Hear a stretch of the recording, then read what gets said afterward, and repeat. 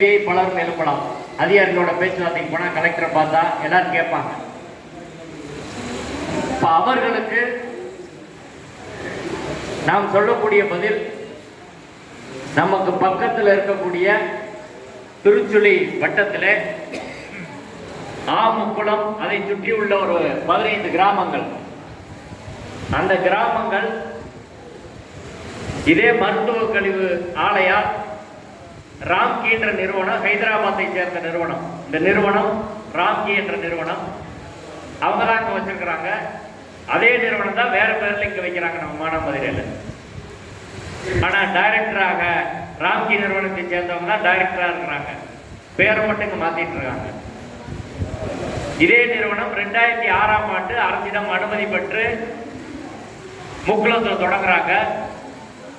தொடங்கி ஒரு 5-6 ஆண்டுகள்ல மிக கடுமையான பாதிப்பு. அந்த ஊர்ல இருந்து ட்ரீட்மெண்ட்டுக்கு தொடர்ச்சியா மருத்துவ சிகிச்சைக்காக மதுரையில மீனாட்சி மிஷன் ஹாஸ்பிட்டலுக்கு போறாங்க. அப்ப அங்க இருக்க ஒரு டாக்டர் பாக்குறாரு.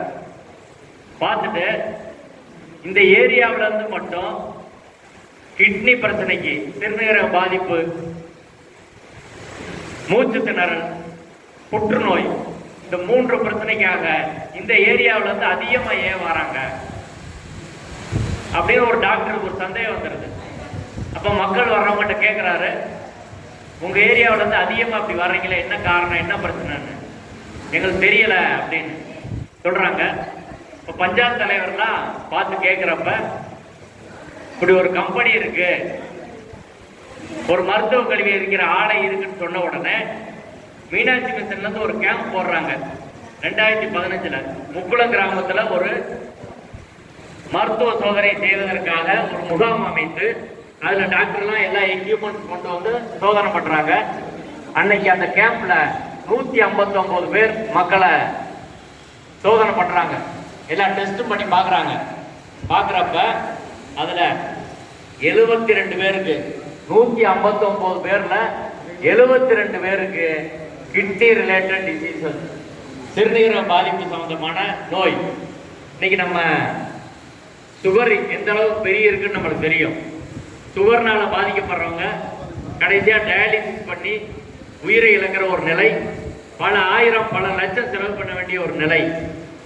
அதே சிறுநீரக பாதிப்பு நோய் 159 பேர்ல 72 பேருக்கு அந்த பாதிப்பு இருக்கு. 42 பேருக்கு மூச்சு திணறல், ஆஸ்துமா உள்ளிட்ட பிரச்சனைகள் இருக்கு. இப்ப அவங்க டெஸ்ட் பண்ணது 159 பேர். இதுல 114 பேருக்கு இந்த 2 பிரச்சனை இருக்கு. கொஞ்சம் பேருக்கு புற்றுநோய் இருக்கு, தோல் நோய் இருக்கு, இப்படி பிரச்சனைகள் இருக்கு. இப்ப அவங்க ஸ்டடி பண்ணிட்டு வந்து, உங்க ஊர்ல ஏதோ பிரச்சனை இருக்கு, நீங்க அதை சரியா வந்து அரசாங்கத்துக்கு கொண்டு போகணும் அப்படின்னு சொன்ன பிறகுதான் அந்த மக்கள் ஒரு விழிப்பாகிறாங்க. அதற்கு முன்பே ஒரு பிரச்சனை வருது. 2013ஆம் வருஷம் 2 மாடு அந்த கம்பெனி பக்கத்துல இறந்து கிடக்கு. என்னன்னு போய் மக்கள் பாக்குறாங்க. பார்த்த உடனே அந்த ஆலையிலிருந்து வெளிவரக்கூடிய கழிவு நீர் அது வந்து தேங்கி இருக்கு. அதை குடிச்ச மாடு 2 இறந்து போச்சு. இறந்த உடனே மக்கள் அப்ப இருக்க கலெக்டருக்கு சொல்றாங்க. கலெக்டர் ஒரு குழுவை அனுப்புறாரு. அந்த குழு உள்ள வந்து ஆய்வு பண்ணிட்டு ஆலைக்கு சீல் வச்சு மூடிட்டாங்க 2013. அதற்கு பிறகு அவர்கள் நீதிமன்றம் சென்று அனுமதி வாங்கித்தான் அதுக்கப்புறம் நடத்தினாங்க. இப்ப இதுல அடிப்படையா ஒரு மருத்துவ கழிவு ஆலை வந்தால் என்னவாகும்? சிறுநீரக பாதிப்பு, கிட்னி ரிலேட்டட் டிசீஸ் ஏகப்பட்டது வரும், மலட்டு தன்மை வரும், புற்றுநோய் வரும், தோல் நோய் வரும், ஆஸ்துமா வரும். இது மனிதர்களுக்கு வரக்கூடிய நோய். மனிதர்களுக்கு வரக்கூடிய பாதிப்பு 1. அடுத்து விவசாயம். இந்த கழிவுநீர் போக அந்த கழிவுகளை எரித்தவுடன் அதுல இருந்து வர்ற புகை இருக்கு பாருங்க, அது அப்படியே சுத்தி இருக்க வெள்ளத்துல, ஊர்ல எல்லாத்துலயும் படியும். அப்படி படிக்கிற போது விவசாயம் செய்ய முடியாது. விவசாயம், நிலத்தடி நீர் 2மே பாதிக்கப்படும். 3வது கால்நடைகள் எல்லாம் பாதிக்கப்படும். இதை வச்சுதான் நம்ம இங்க வாழ்றோம். மானாமதுரையை சுற்றி கிட்டத்தட்ட ஒரு 25,000 ஏக்கர்ல விவசாய நிலங்கள் இருக்குது. புறநகர்ல ஒரு 1,00,000 மக்கள் இருக்கிறாங்க, நகர்ல ஒரு 50,000 பேர் இருக்கிறாங்க. இப்ப இந்த விவசாய நிலங்கள் அத்தனைக்கு பிரச்சனை வரும். அடுத்து மானாமதுரை அந்த சிப்காட்டை சுத்தி இருக்க மக்களுக்கு மட்டும் கிடையாது, போற வர்ற மக்கள் இருக்கிறாங்கல்ல, கிட்டத்தட்ட ஒரு நாளைக்கு 25,000 வெஹிக்கிள் வாகனங்கள் இந்த ரோட்ல போகுது. ட்ரெயினே ஒரு 30 ட்ரெயின் போகுது. இப்படி எல்லா மக்களுக்கும் சுவாச கோளாறு, தோல் கோளாறு, இப்படி எல்லா பிரச்சனையும் வரும். இப்ப மனிதர்களுக்கு பாதிப்பு ஒண்ணு, சுற்றுச்சூழலுக்கு பாதிப்பு ஒண்ணு, கால்நடைகளுக்கு பாதிப்பு, விவசாயத்துக்கு பாதிப்பு. இது எல்லா பாதிப்பை ஏற்படுத்தக்கூடிய ஒரு நிறுவனத்திற்கு சிப்காட்ல இந்த அரசாங்கம் அனுமதி கொடுத்திருக்கிறது. எவ்வளவு காசுல? ஒரு வருஷத்துக்கு அவங்களுக்கு குத்தகை காசு எவ்வளவு தெரியுமா? நம்ம ஒரு இடம் கடை வாடகைக்கு பிடிச்சா ஒரு 3.5 ஏக்கருக்கு மேல நிலம் கொடுத்துருக்குறாங்க. 3.5 ஏக்கர் நிலத்துக்கு 3.5 ஏக்கர் யாராலும் நீங்க குத்தகைக்கு எடுத்து பாருங்க. ஆனா அரசாங்கம் இந்த ராம்கி நிறுவனத்துக்கு கொடுத்திருக்க தொகை ஒரு வருஷத்துக்கு ₹1. 99 வருஷத்துக்கு கொடுத்துருக்குறாங்க. 98 வருஷத்துக்கு ₹1. 99வது வருஷம் வாடகை எவ்வளவு போட்டிருக்காங்கன்னா ₹2. ₹1 ₹2 நீங்க என்ன மதிப்புன்னு தெரியும். ஆனா 98 வருஷத்துக்கு ₹1 எத்தனை வருஷத்துக்கு கொடுத்துருக்காங்க பாருங்க. 99 வருஷம் லீஸுக்கு இந்த நிறுவனத்துக்கு கொடுத்துருக்குறாங்க. இது கொடுக்க வேண்டிய அவசியம் தேவை என்ன அப்படின்றது. இப்ப மக்களுக்கு இவ்வளவு பாதிப்பு வருது அப்படின்றத எப்படி சொல்றீங்க? நான் அந்த முக்குளம் கிராமத்துல பாதிப்பு வந்த பிறகு அந்த மக்கள் வழக்கு அவங்க போடுறாங்க. அந்த வழக்குக்கு ஆஜராக சொல்லி கேட்குறாங்க. அப்புறம் போய் நாங்கள் ஆய்வு பண்றோம். ஆய்வு பண்ண பிறகு பல கட்ட போராட்டங்கள் நடத்துறோம். அரசாங்கம் கேட்கல. தாலுகா ஆபீஸ்ல போய் உட்கார்ந்து அங்கே சாப்பாடாக்கி சாப்பிட்டு தொடர்ந்து இருக்கிறோம். அதற்கு பிறகு பேச்சுவார்த்தை நடக்குது. ஆர்டிஓ அருப்புக்கோட்டை ஆர்டிஓ முன்னாடி பேச்சுவார்த்தை. அந்த பேச்சுவார்த்தையில இதே கேள்வி அவங்க கேட்டாங்க. எப்படி கிட்னி பிரச்சனை நிறைய இடத்துல இருக்கு, ஆனா இந்த ஊர்ல மட்டும்தான் பாதிப்பு அப்படின்னு எப்படி சொல்றீங்க அப்படின்னு அவங்க கேட்டாங்க. அதிகாரிகள் கேட்ட உடனே நாங்க ஒரு லிஸ்ட் எடுத்து கொடுத்தோம்.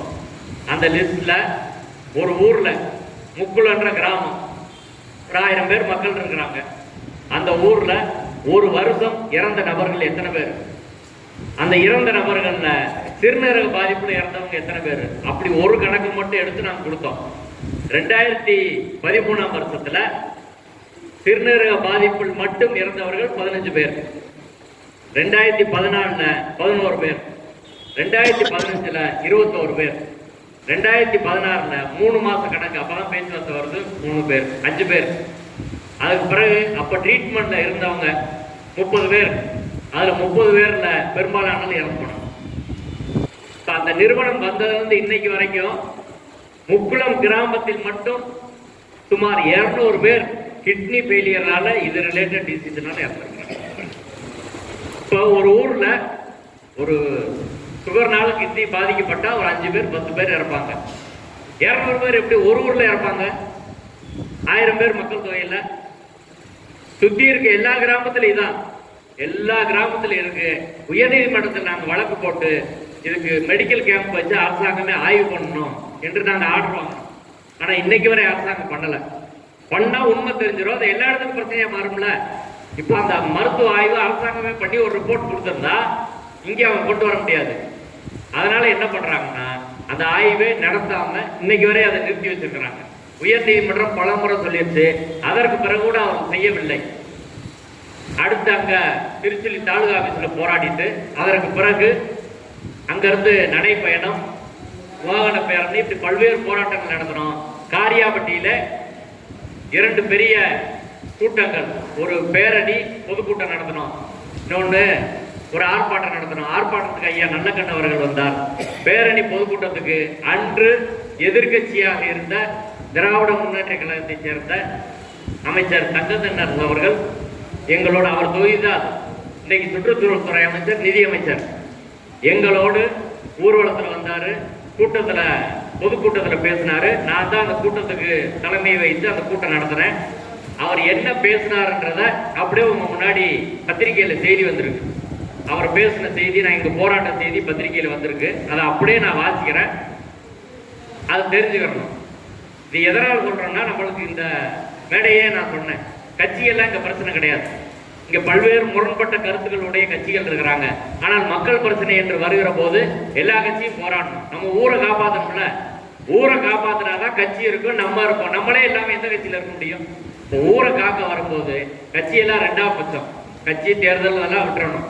அப்படிதான் அவரும் வந்தாரு. இன்னைக்கு அவர் அமைச்சராக இருக்கலாம், ஆனா அவர் நெருக்கடி பண்ணதுனாலதான், அவர் அந்த தொகுதியில் இருந்தனாலதான் மூடப்பட்டது. அவர் தொகுதியில மூடிட்டாரு. இப்ப அவர் என்ன பேசினார் நான் வாசிக்கிறேன். திருச்சொலி தொகுதியில் புகழ் சுடுகாடு, தங்கதனர் எம்எல்ஏ காட்டம் தான் தலைப்பு. ஒவ்வொரு ஊருக்கும் ஒரு புகழ் உண்டு, ஆனால் திருச்சொலி தொகுதியின் புகழ் என்னவென்றால் சுடுகாடு. அமைச்சர் சொன்னது. அன்னைக்கு எம்எல்ஏ வந்தார். ஆமுக்குளத்தில் மருத்துவ கழிவு மட்டுமல்ல, திருப்பூர் சாயக்கழிவு, வெளிநாட்டு மின்னணு கழிவுகள் எரிக்கும் இடமாக இருப்பதால் பல்வேறு நோயில் தாக்கி பலர் பலியாயினர். இனியும் இந்த ஆலையால் இறப்பதை ஒருபோதும் அனுமதிக்க மாட்டேன் என திமுக எம்எல்ஏ தங்கதனரசு பேசினார். அந்த பொதுக்கூட்டத்தில் அவர் பேசியதாவது, திருச்சுழி தொகுதி விவசாய பூமி, இப்பகுதி மக்களின் வாழ்வாதாரமே விவசாயம்தான். இதை அழித்து மருத்துவ கழிவு எரிக்கும் ஆலை செயல்பட்டு வருகிறது. இந்த ஆலையிலிருந்து வெளியாகும் நச்சு தன்மையானது மக்களை கொஞ்சம் கொஞ்சமாக கொண்டு வருகிறது. சட்டசபையில் கவன ஈர்ப்பு தீர்மானம் கொண்டு வந்தேன். உயர் அதிகாரிகள் உடனே மூட நடவடிக்கை எடுக்கிறோம் என்று சொன்னார்கள். அதன் பிறகு நடவடிக்கை இல்லை. அது மட்டுமல்ல, அங்கு வெளிநாட்டு மின்னணு கழிவுகளையும் எரிக்கிறார்கள். அப்பகுதி மக்கள் நச்சுத்தன்மை காற்றை சுவாசித்து பல்வேறு நோய்களுக்கு ஆளாகி ஒரே குடும்பத்தில் 3-4 பேர் இறக்கிற சம்பவங்கள் நடந்துள்ளன. சிறு வயதிலேயே சிறுநீரக பாதிப்பு ஏற்பட்டு பலியாகும் நிலைக்கு தள்ளப்படுகின்றனர். எத்தனையோ இடங்கள் மாநிலங்கள் இருக்கும்போது ஏன் இந்த தொகுதியில் அதுவும் விவசாய பூமியை அழித்து இந்த கம்பெனியை துவங்க வேண்டும்? கார் தொழிற்சாலை என்றால் சென்னை, நெல் என்றால் தஞ்சை என ஒவ்வொரு ஊருக்கும் ஒரு புகழ் உண்டு.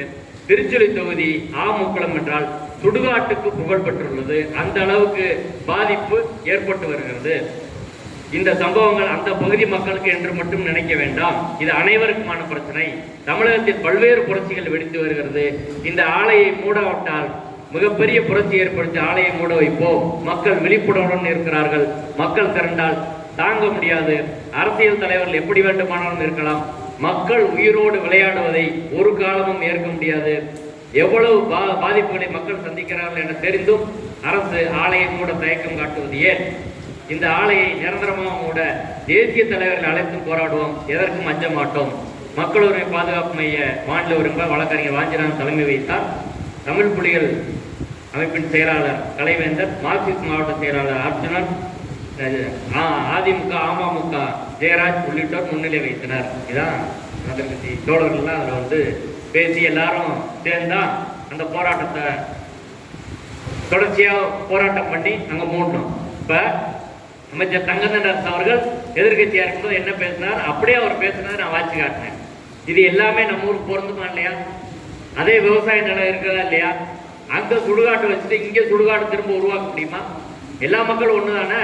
அவர் என்ன சொல்லியிருக்காரு, இது அந்த பகுதிக்கு மட்டுமான பிரச்சனை கிடையாது, தமிழ்நாடு முழுக்க எல்லாருக்குமான பிரச்சனை அப்படின்றது இன்னைக்கு அவங்களுக்கு பொருந்துமா இல்லையா?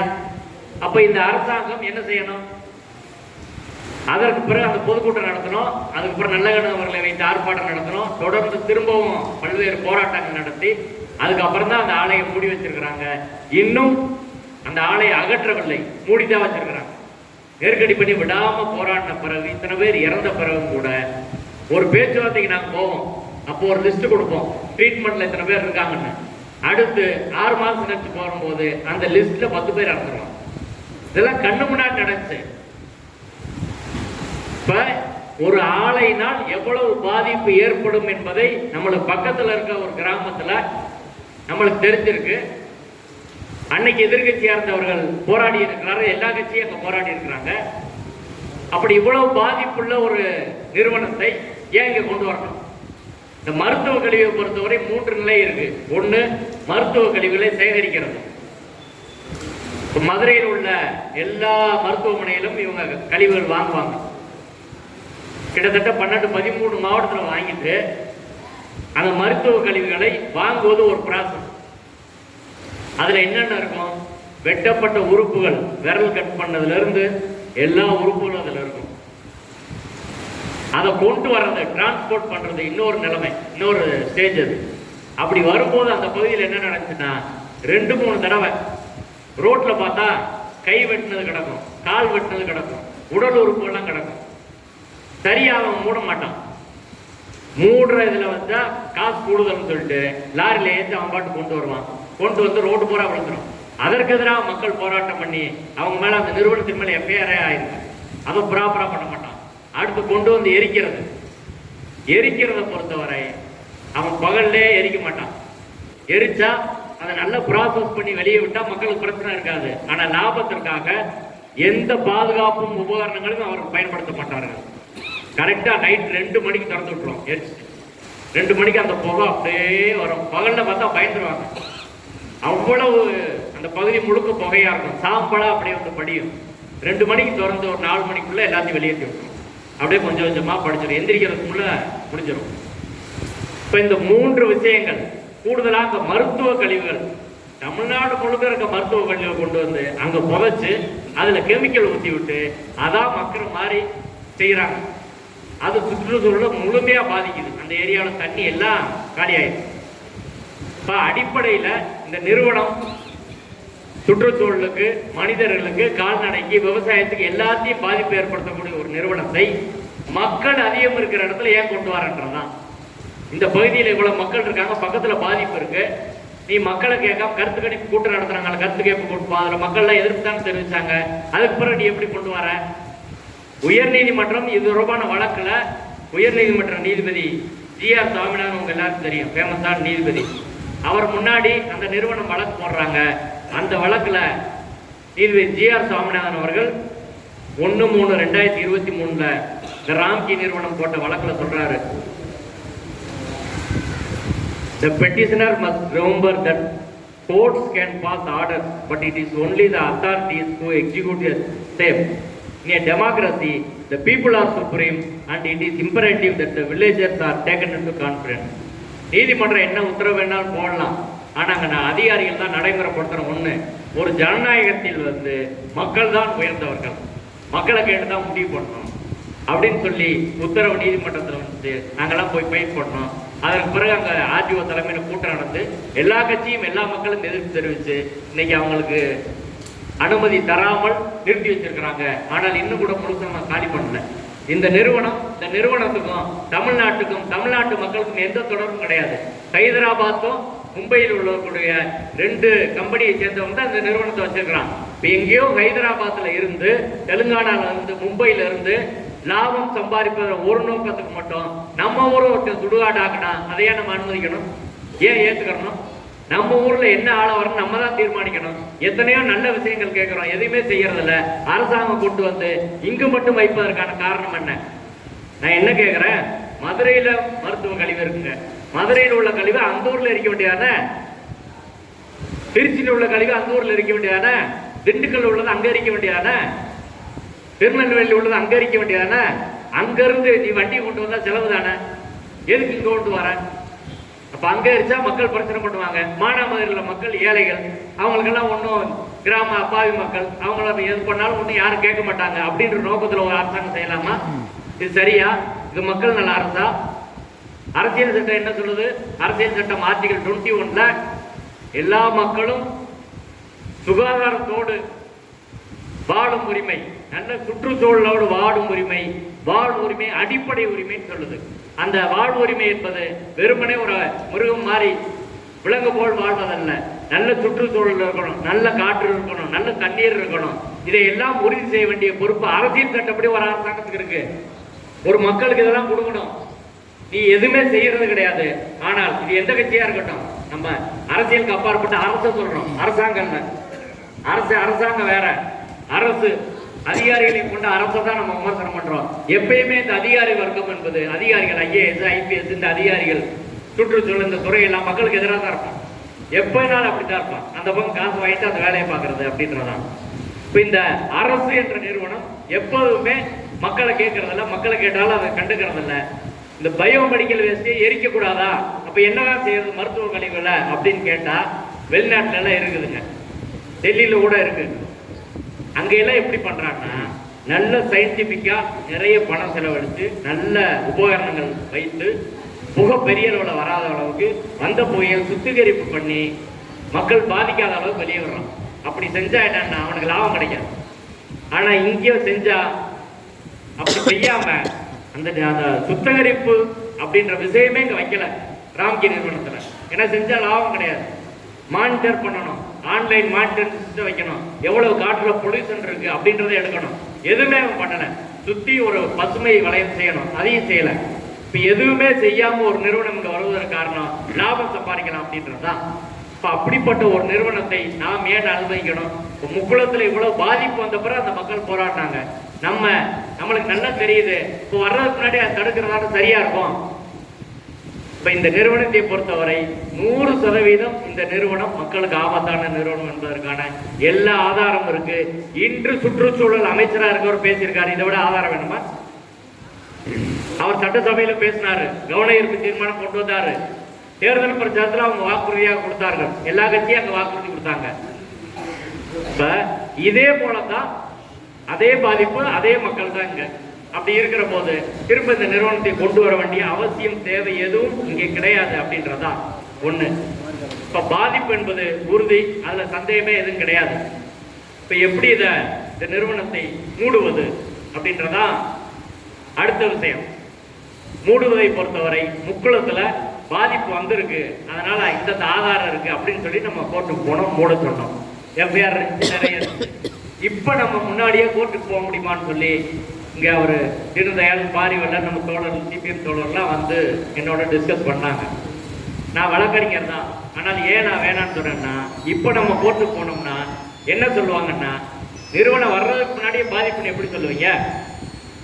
உங்க ஊர்ல பாதிப்பு வந்திருக்கா அப்படின்னு கேட்பாங்க. சில விதிமுறைகள் மீறல் பண்ணியிருக்காங்க அப்படின்னு சொன்னா அது சரி பண்ணி ஓட்ட சொல்றோம்னு சொல்லுவாங்க. அதனால எடுத்தவுடன் நீதிமன்றத்தை அணுகுவது என்பது இந்த பிரச்சனையில சரியான ஒரு அணுகுமுறையாக இருக்காது. ஒண்ணு. ரெண்டாவது, பல்வேறு மக்கள் போராட்டங்கள் தான் மிகப்பெரிய நிறுவனங்களை மூடி இருக்கு. ஸ்டெர்லைட் போராட்டத்தை எடுத்துக்கங்க. அந்த போராட்டத்தில் நாம் முன்னின்று அந்த போராட்டத்தை நாங்கள் நடத்தணும். ஸ்டெர்லைட் எவ்வளவு பெரிய ஒரு நிறுவனம், உலகிலே மிகப்பெரிய கார்பரேட் வேதாந்தா இந்த நிறுவனம். பிரதமருக்கு நெருக்கமான ஆளு. பிரதமர் டெல்லி போனா அவர் வீட்டில் தான், லண்டன் போனா அவர் வீட்டில் தான் தங்குவார்.